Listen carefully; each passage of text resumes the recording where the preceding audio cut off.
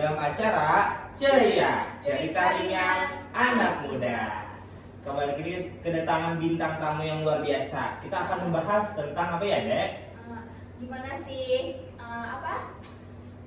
Pengalaman atau lika-liku dunia perkuliahan sebagai mahasiswa rantau dan yang asli Banjarmasin. Sebelum itu kita perkenalan dulu nih. Boleh. Saya Rahmadi. Saya Dede Fadila Tunisa. Kami akan menemani kalian mungkin kurang lebih 30 menit untuk berbincang-bincang bersama bintang tamu kita hari ini. Mungkin kita langsung perkenalan aja ya untuk bintang tamu, Misa dan sini silakan. Baik, perkenalkan saya Meliane Orpa, biasa dipanggil Meli. Yang saya Ulfa. Ya, mungkin dari mana dulu nih? Kameli dari mana Kameli? Aslinya aku dari Alabio, udah Sungai Utara dan merantau di sini. Nah, kalau Ulfa dari mana aslinya? Kalau aku asli dari Tokoala di daerah Pulau Ala. Oh, masih daerah Banjarmasin lah, dekat lah dengan Banjarmasin. Iya. Walaupun masuknya ke negara Handil Bakti. Iya. Benar sekali. Dekat sekali dengan negara Handil Bakti. Kita mau berbincang nih mungkin dari perbedaannya dulu ya. Dari yang merantau dan yang pulang pergi, perasaannya bagaimana saat pertama kali kuliah? Pertama kali kan kalau yang dari Banjar mungkin biasa saja ya. Udah tahu nih Iya. gimana kota-kota Banjar. Kampusnya di mana, Iya. bagaimana. Nah, kalau yang dari Ngerantau dulu dari deh. Alabio tadi bagaimana perasaannya pertama kali kuliah? Baik, kalau pertama kali kuliah itu awalnya kan jujur aku tuh orangnya introvert gitu. Jadi pas ke kampus itu ditemani sama kakak sepupu awalnya. Dan masih mengenali dengan lingkungannya seperti itu. Seingat aku ya waktu itu ngambil jas alma mater. Nah itu ditemani sama kakak sepupu aku. Karena memang kan dari desa ya ke kota itu jalanannya juga masih belum mahir gitu. Jadi ya udah ditemani, terus ada teman juga yang mengambil jas alma mater juga gitu. Tapi meskipun begitu ya gimana ya? Tapi dulu Meli langsung tahu ya kampus FKIP itu di mana, atau masih pakai mengandalkan Google Maps atau kakak sepupu yang mengatakan? Tanya-tanya nih sama warga-warga ULM gitu. Itu diarahkan sama kakak sepupu juga. Oh, dari arah sana kakak sepupu awalnya tidak tahu nih kampus FKIP itu di mana. Tahu dari Kak Ulfa nih dulu pengalamannya pertama kali ke kampus ULM. Kalau pertama kali ke kampus ULM tuh pas survei tempat untuk tes SNBT. Oh iya. Jadi itu tuh aku nggak tahu jalannya juga sebenarnya, kayak aku jarang keluar dari pulau. Oh.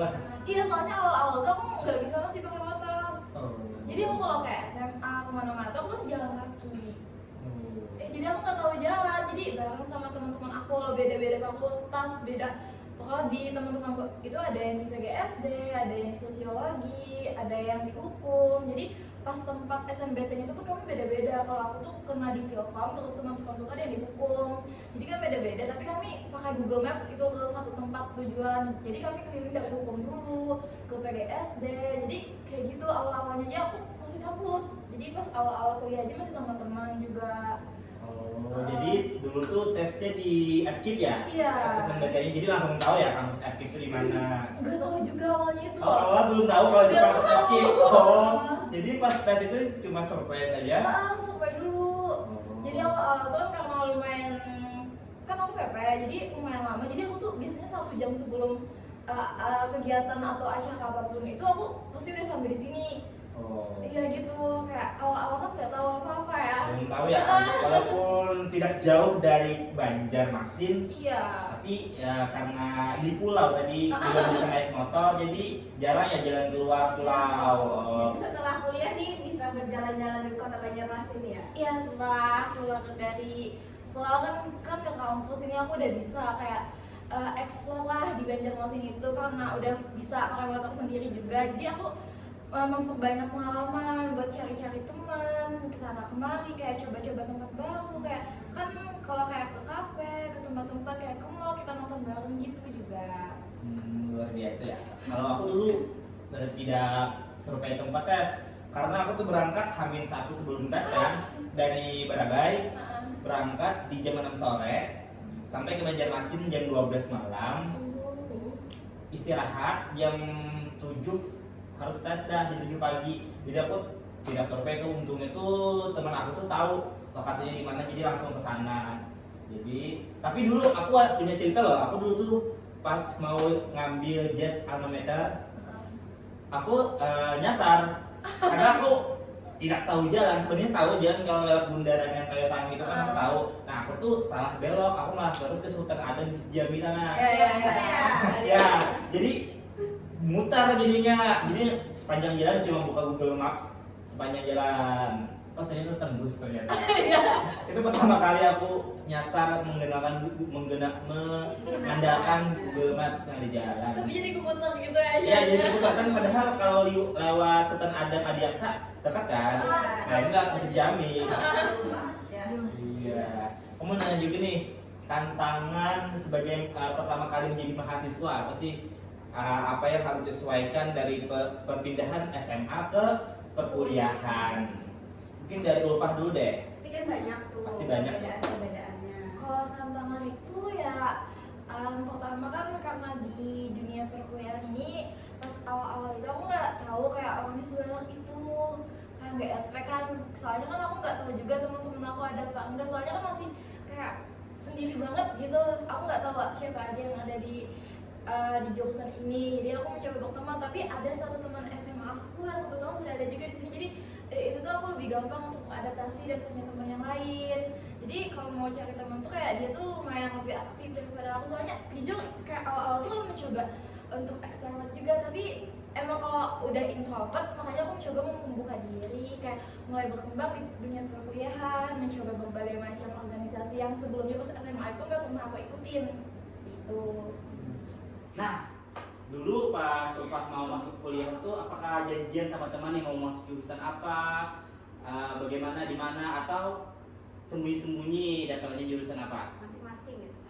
Iya, jadi pas SMA itu aku kan jurusan MIPA, jadi di jurusan itu aku kelas MIPA 2. Jadi kebetulan aku tuh introvert, jadi teman-teman aku tuh cuma ada di MIPA 2. Kalau kayak di MIPA 3, MIPA 1 itu tuh kayak teman dari SD atau SMP gitu kan. Jadi pas di SMA itu aku khusus sama teman yang di kelasku aja, dan kebetulan tuh kayak bukan punya circle sih, tapi kayak teman dekat aja. Jadi di situ tuh aku kayak punya teman dekat tuh sekitar 4 orang. Di situ tuh kan teman aku satu orang yang nggak lanjut kuliah. Jadi 2 orangnya tuh di PGSD dan sosiologi, dan kebetulan kami tuh nggak janjian. Pas SMA itu guru itu kayak mau membantu kamu mau lanjut ke jurusan yang mana biar dibantu privilege-nya. Jadi ya kalau kamu masuk sosiologi dikasih kayak surat ini gitu. Jadi lebih gampang buat masuk, kata guru kami tuh kayak gitu. Nah kebetulan aku tuh kan dulu tuh nggak terlalu suka juga bahasa Indonesia, karena pas SMA itu gurunya tuh gimana ya, kayak nggak ngajarin, jadi ya cuma tugas doang. Tapi pas aku ketemu sama beliau di puskesmas, kebetulan banget beliau tuh ngedoain aku, semoga kamu masuk ya. Ternyata ada guru Iya. yang mujarab Iya, ya. aku kayak nggak expect banget tiba-tiba bener masuk sini, soalnya aku tuh emang nggak kepikiran masuk sini sih. Jadi aku tuh kan mau masuk ke fakultas lain, tapi ya Rezekinya di sini. iya. Kalau Mbak Meli nih, Gimana nih? Nah. Kan sebagai anak perantauan nih pastikan dari Alabio kan nggak mungkin ada banyak Jauh ya dari yang Alabio dari ya. sini. Apakah ada teman atau siapa gitu di jurusan ini atau di kuliahan ini? Oke. Dari awal tuh memang kuliah tuh ada teman yang daftar di ULM juga, jalur SNBT. Aku sama 2 temanku, yang satunya ini milih keperawatan, satunya itu milih bahasa Inggris, pendidikan bahasa Inggris. Nah tapi ketika pengumuman lolos itu diumumkan, itu aku lolos, temanku yang bahasa Inggris ini lolos, tapi yang keperawatan ini tidak lolos. Nah akhirnya yang lanjut kuliah itu cuma aku. Kalau yang temanku yang perawatan tadi pindah ke Universitas UMB, Muhammadiyah Banjarmasin, keperawatan. Nah tapi yang bahasa Inggris ini tidak lanjut, dia malah kerja. Jadi pas masuk kuliah ini kan sendiri sudah ada teman dari Alabio kayak gitu, jadi cari teman baru. Seperti itu sih. Kamu juga mau nanya nih, kan yang namanya kuliah itu pasti ada tugas ya. Iya. Ya. Iya.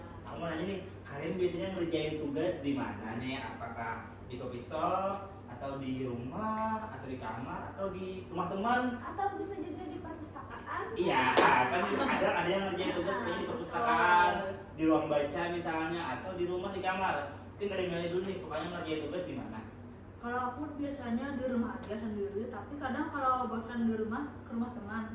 Kalau ke kafe itu jarang sih, cuma di rumah tuh sambil dengar musik gitu aja, gitu-gitu saja. Terus kalau memang jenuh ya di rumah ke rumah teman, jadi kerjanya sama-sama.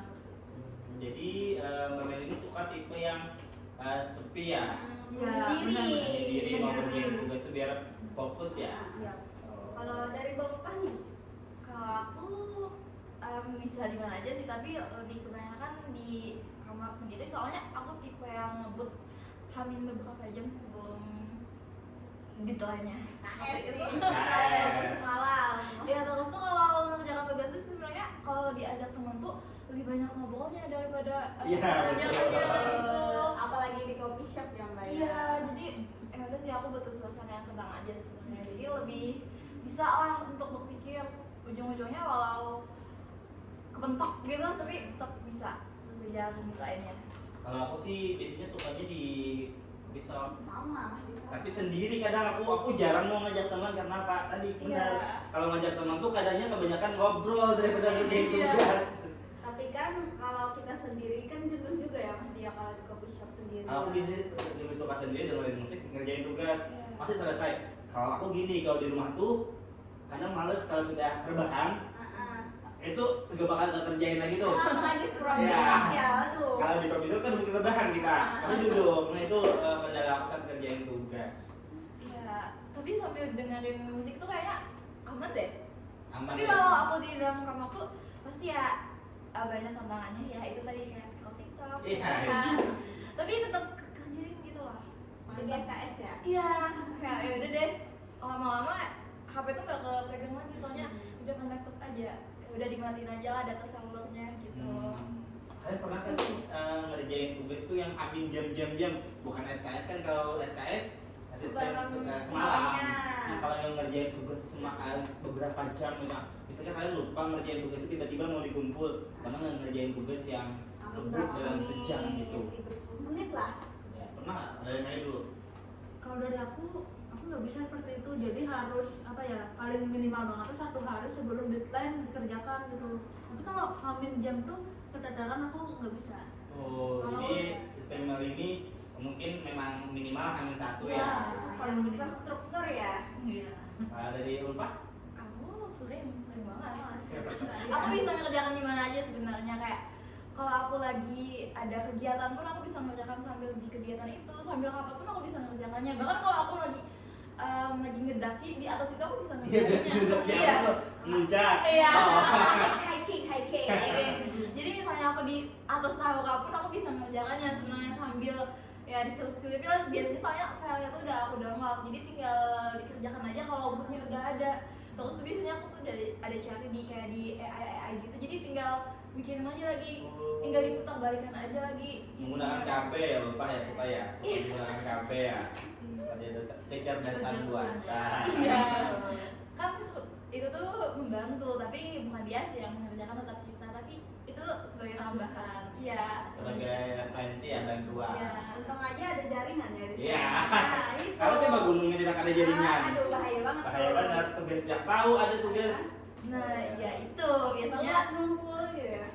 Iya, aku mau nanya nih. Kan selain aktif kuliah, aktif organisasi, Iya, betul. ada ikut organisasi eksternal ataupun internal. Dari Ulfa dulu deh. Aku Berapa organisasi yang diikutin? Lumayan lah. Kalau aku ngambil di lingkungan Fakultas ada? prodi. Dia prodi apa?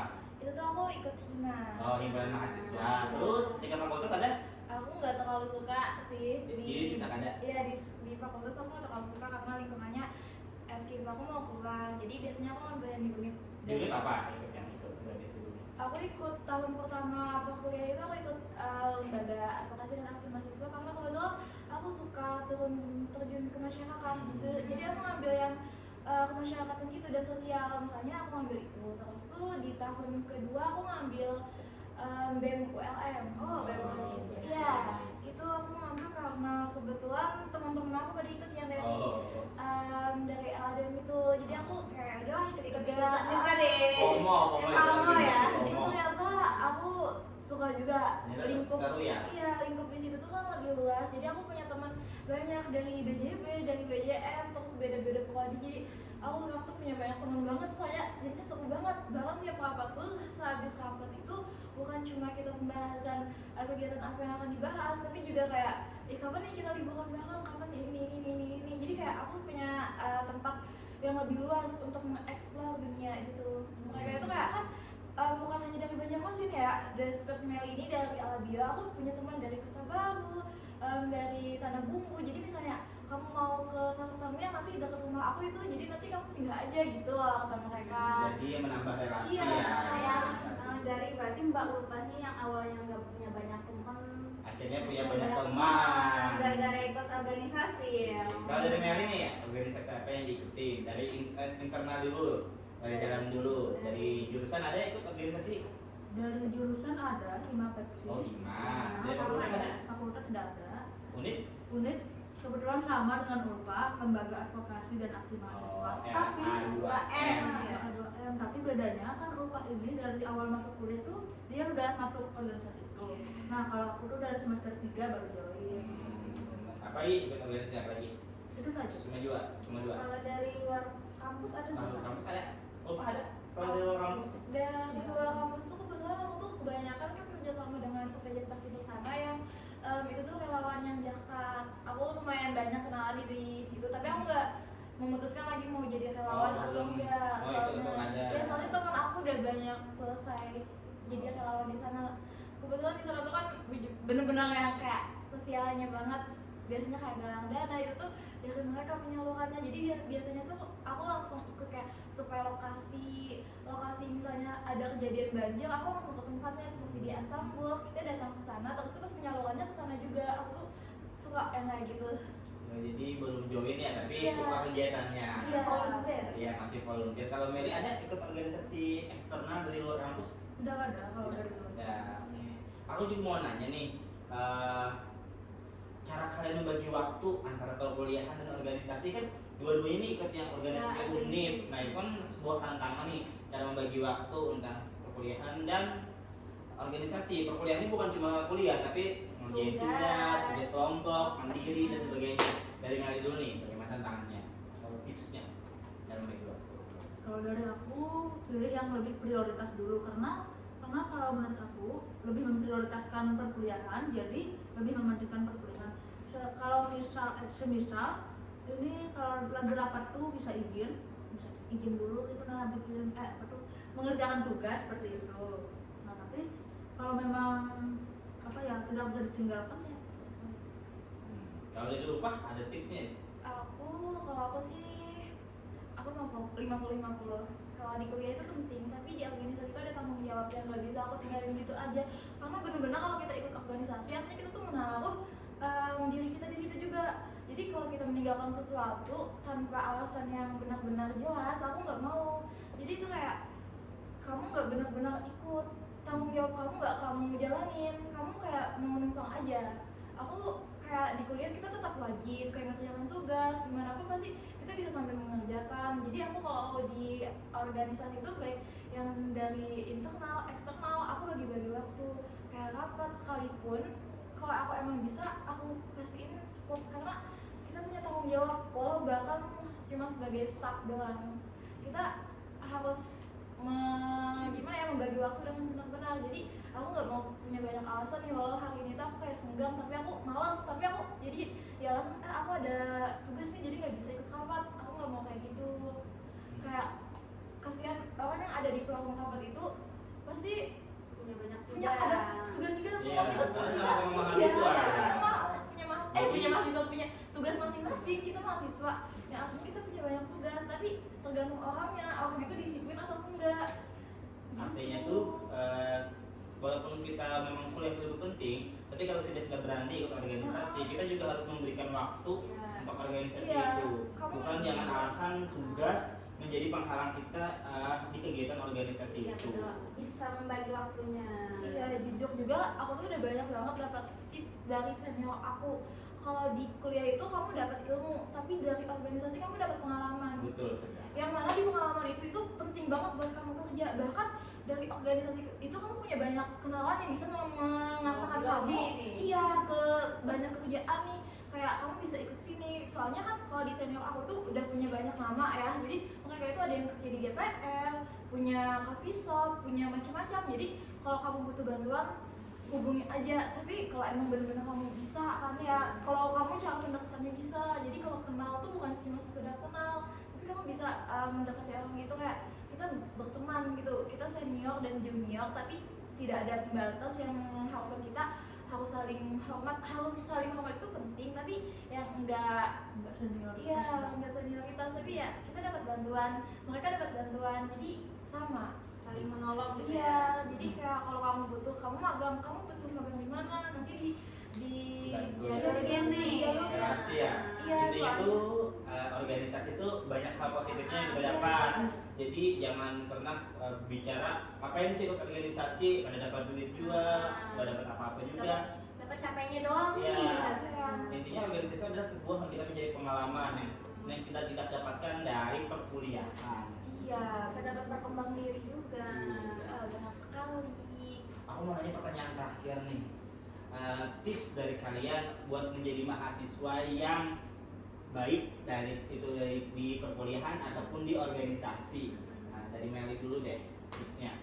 Dari aku mungkin ada menjadi mahasiswa ya, apalagi kalau join organisasi itu harus bisa membagi waktu itu pasti. Kemudian yang paling penting itu manajemen keuangan sih, karena kan apalagi kalau aku ini anak rantauan harus bisa hemat dan apa ya, kalau belanja itu harus nunggu dikirimin dulu duitnya, jadi harus bisa manajemen uang dan manajemen ini waktu seperti itu. Dan kita harus tahu apa prioritas kita, misalkan meskipun kita tahu apa prioritas kita, tapi kita harus tahu juga tanggung jawab kita di organisasi seperti kata Ulfa tadi. Seperti itu dari aku. Kalau dari Upah ya apa tipsnya?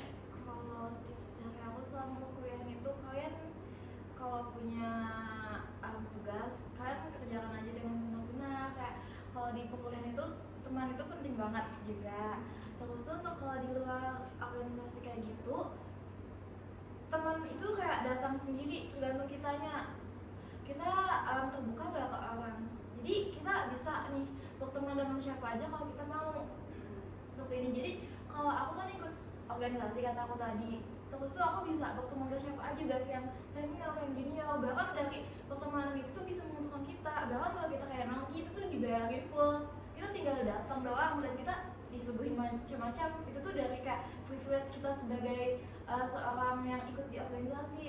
Terus tuh kayak misal kita di kegiatan mengantar surat, itu tuh kan kita kenalan sama banyak orang, kayak dari VT-VT gede, kayak kita bisa kerjasama. Nah kebetulan pas aku di BEM itu banyak banget kerjasama dari brand-brand besar kayak MTQ juga. Jadi kita tuh bukan cuma lelah, tapi kita juga dapat cuan seperti itu.